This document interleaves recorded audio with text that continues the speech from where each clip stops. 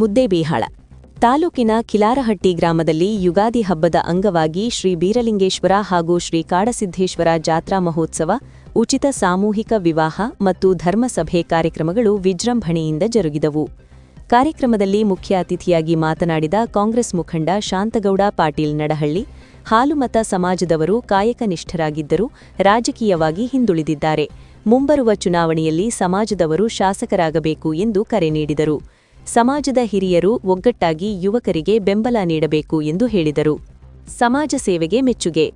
ಸಮಾಜ ಸೇವಕ ಎಂಎನ್ ಮದರಿಯವರ ಶಿಕ್ಷಣ ಮತ್ತು ಸಾಮಾಜಿಕ ಸೇವೆಯನ್ನು ಶ್ಲಾಘಿಸಿದ ಅವರು, ಸರ್ಕಾರ ಮಾಡಬೇಕಾದ ಅನೇಕ ಕೆಲಸಗಳನ್ನು ಮದರಿಯವರು ನಿರ್ವಹಿಸುತ್ತಿದ್ದಾರೆ ಎಂದರು. ಸಮಾಜದ ಅಭಿವೃದ್ಧಿಗೆ ಸ್ವಂತ ಶಕ್ತಿಯೇ ಮುಖ್ಯ ಎಂದು ಒತ್ತಿ ಹೇಳಿದರು. ಹಿರಿಯರ ಜವಾಬ್ದಾರಿ ಬಗ್ಗೆ ಸಂದೇಶ. ಕಾರ್ಯಕ್ರಮ ಉದ್ಘಾಟಿಸಿದ ಶಾಸಕ ಸಿಎಸ್ ನಾಡಗೌಡ ಅವರು, ಮಕ್ಕಳಿಗೆ ಸತ್ಸಂಸ್ಕಾರ ಕಲಿಸುವುದು ತಂದೆ ತಾಯಿಯ ಜವಾಬ್ದಾರಿ ಎಂದು ತಿಳಿಸಿದರು. ಬಾಲ್ಯದಲ್ಲೇ ಕನಿಷ್ಠ 2,000 ರೂಪಾಯಿ ದುಡಿತಾರೆ. ಕನಿಷ್ಠ ಗಳಿಕೆ ಎಲ್ಲ ಖರ್ಚೋಗಿ 2,000 ರೂಪಾಯಿ ಗಳಿಕೆ ಮಾಡ್ತಾರೆ. ಕನಿಷ್ಠ 2,000 ರೂಪಾಯಿ ಗಳಿಕೆ ಮಾಡ್ತಾರೆ ದಿವಸ. ಅಂದ್ರೆ ಪ್ರಯತ್ನವಾದಿಗಳು. ಆ ಪ್ರಯತ್ನವಾದಿ ಇರುವುದರಿಂದಲೇ ಇವತ್ತು ಸಂದೇಶ ನೀಡಿದರು.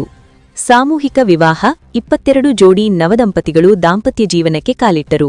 ಇದು ಸಮಾಜದಲ್ಲಿ ಸರಳ ವಿವಾಹಗಳಿಗೆ ಪ್ರೋತ್ಸಾಹ ನೀಡಿದಂತಾಗಿದೆ. ಪುಸ್ತಕ ಲೋಕಾರ್ಪಣೆ.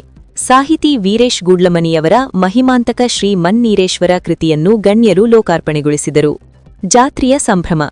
ಜಾತ್ರೆಯ ಅಂಗವಾಗಿ ಟಗರಿನ ಕಾಳಗ, ಸಾಂಸ್ಕೃತಿಕ ಕಾರ್ಯಕ್ರಮಗಳು ಹಾಗೂ ವಿವಿಧ ಸ್ಪರ್ಧೆಗಳು ಜರುಗಿದವು. ಸುತ್ತಮುತ್ತಲಿನ ಗ್ರಾಮಗಳಿಂದ ದೇವರ ಪಲ್ಲಕ್ಕಿಗಳು ಆಗಮಿಸಿ ವಿಶೇಷ ಪೂಜೆಯಲ್ಲಿ ಪಾಲ್ಗೊಂಡವು. ವರದಿಗಾರರು ಮುತ್ತಣ್ಣ ಒಡ್ಡೊಡಗಿ.